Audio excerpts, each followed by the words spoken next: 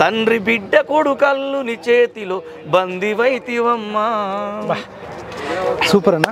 కవితమ్మ మీద కూడా మీరు పాడినట్టున్నారు అప్పట్లో, కవితమ్మ కవితమ్మ. అది కాదు నేను, అది కాదు.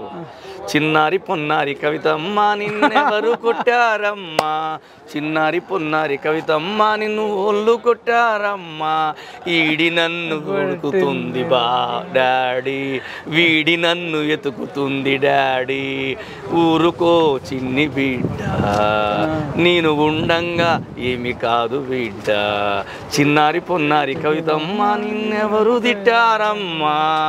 అంటే అలా ముఖ్యమంత్రిని కాబట్టి నీకేం కాదులే బిడ్డ, నువ్వు దేశం మొత్తం బట్టి దోసుకున్న నేను ఎవరేం చేయలేరు, నేను ముఖ్యమంత్రి ఉన్నా, నీ అన్న మంత్రి ఉన్నాడు, మీ బావ మంత్రిగా ఉన్నాడు, మా సడకుడు కొడుకు ఎంపీగా ఉన్నాడు, మనకేం కాదనుకున్నాడు. కానీ ఇలా అయిపోయింది.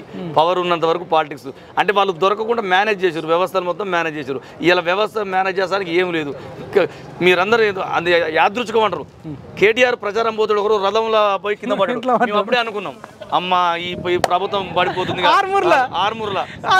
ఆర్మూర్ జీవన్ అయితే కింద పడ్డారు అయ్యాలి అనుకున్నాం. అమ్మ ఈ ప్రభుత్వం పడిపోతుంది అనుకున్నాం.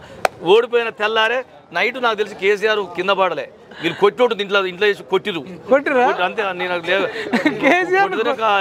లేకుంటే ఆయన ఇన్ని రోజులు పడని ఆయన అయ్యాలే పడతాడు, ఓడిపోయాడు అని ఆ విధంగా జరుగుతుంటుందని మా